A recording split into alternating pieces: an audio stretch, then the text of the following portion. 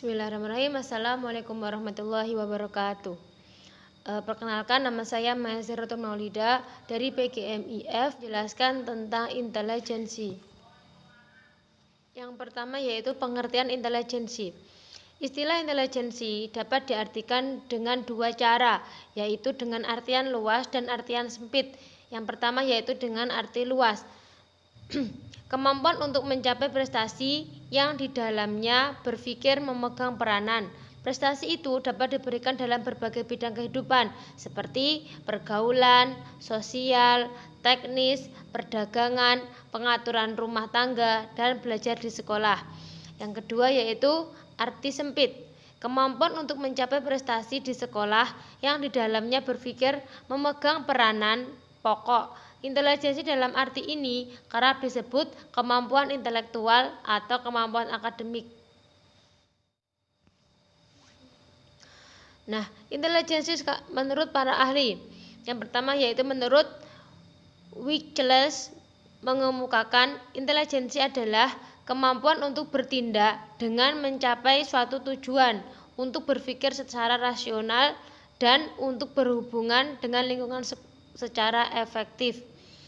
Yang kedua yaitu menurut Breckenridge dan Vinces berpendapat bahwa intelijensi adalah kemampuan seseorang untuk belajar, menyesuaikan diri, dan memecahkan masalah baru. Nah, menurut para ahli tersebut dapat diambil kesimpulan bahwa intelijensi adalah kemampuan seseorang dalam memperhatikan, mencermati, memahami, memproses, memikirkan, dan menghasilkan sesuatu, atau dengan kata lain dapat mencapai prestasi di sekolah. Yang selanjutnya yaitu teori-teori mengenai intelijensi. Yang pertama yaitu teori unifaktor. Wilhelm Stern memperkenalkan suatu teori tentang intelijensi yang disebut dengan unifaktor teori. Teori ini dikenal pula sebagai teori kapasitas umum. Menurut teori ini, intelijensi merupakan kapasitas atau kemampuan umum. Contohnya, reaksi seseorang dalam menyesuaikan diri terhadap lingkungan, memecahkan suatu masalah yang bersifat umum. Yaitu teori two factor. Spearman mengembangkan teori intelijensi berdasarkan simbol faktor G, yaitu mewakili kekuatan mental umum yang berfungsi dalam setiap tingkah laku mental individu, dan simbol faktor S menentukan tindakan-tindakan mental untuk mengatasi permasalahan. Yang ketiga yaitu teori multifaktor. Teori intelijensi multifaktor dikembangkan oleh E.L. Tordick. Teori ini berhubungan dengan konsep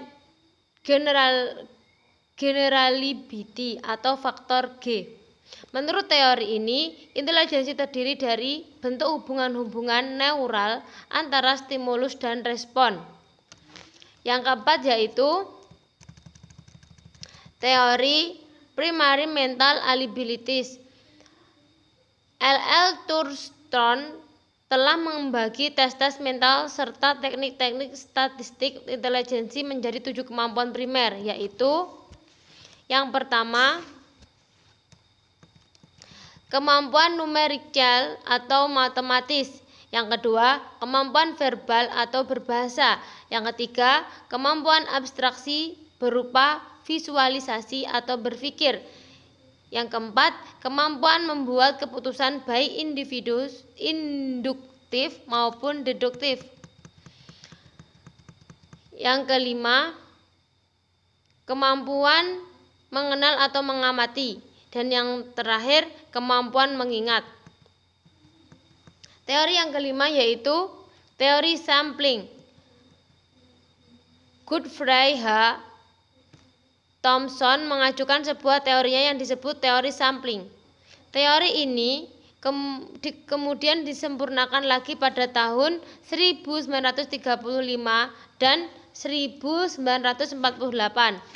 Menurut teori ini, intelijensi merupakan berbagai kemampuan sampel. Sekarang yaitu faktor-faktor yang mempengaruhi intelijensi.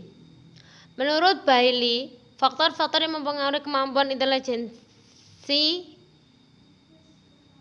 yaitu yang pertama yaitu keturunan. Studi korelasi nilai-nilai tes intelijensi di antara anak dan orang tua atau dengan kakek neneknya menunjukkan adanya pengaruh faktor keturunan terhadap tingkat kemampuan mental seseorang sampai pada tingkat tertentu. Yang kedua yaitu latar belakang.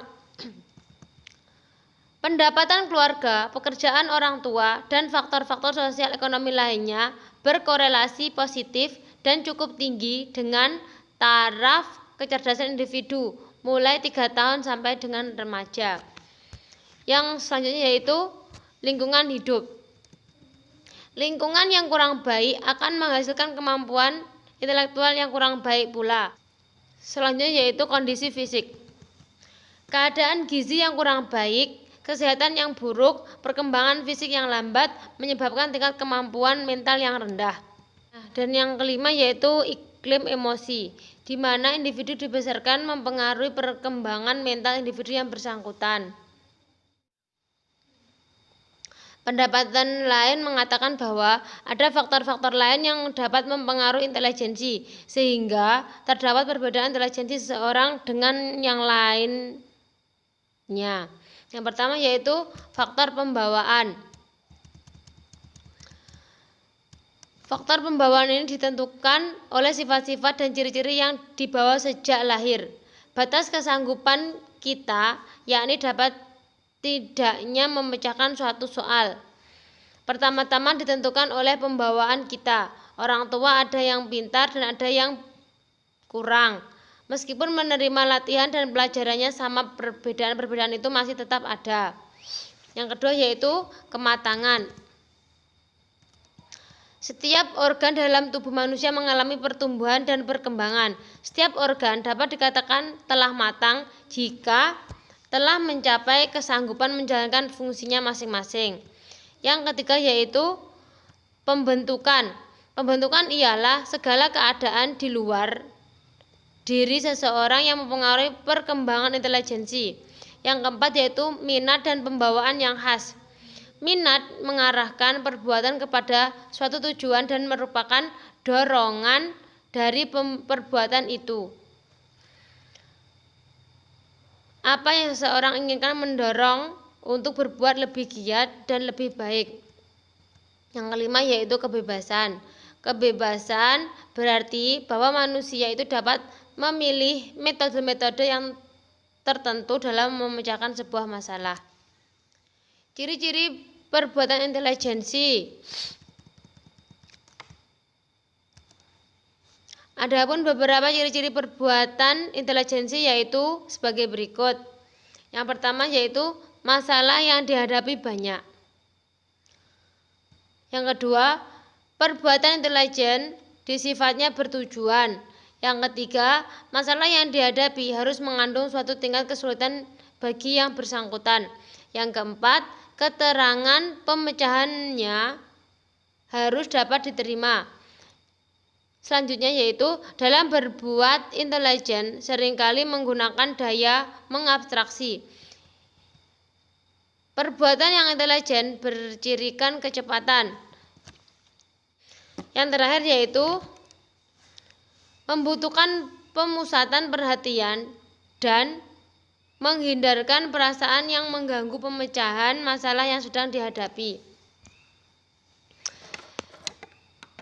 Selanjutnya yaitu penerapan intelijensi.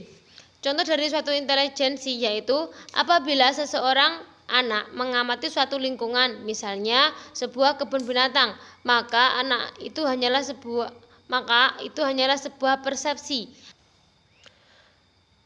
Akan tetapi apabila anak tersebut mulai mengelompokkan jenis hewan yang ada, menghitung serta membandingkan antar hewan yang ada pada kebun binatang tersebut, maka yang anak lakukan sudah termasuk perbuatan yang berintelijensi. Nah, sekian dari saya. Apabila ada kekurangan atau kesalahan, saya mohon maaf yang sebesar-besarnya. Akhiran, assalamualaikum warahmatullahi wabarakatuh.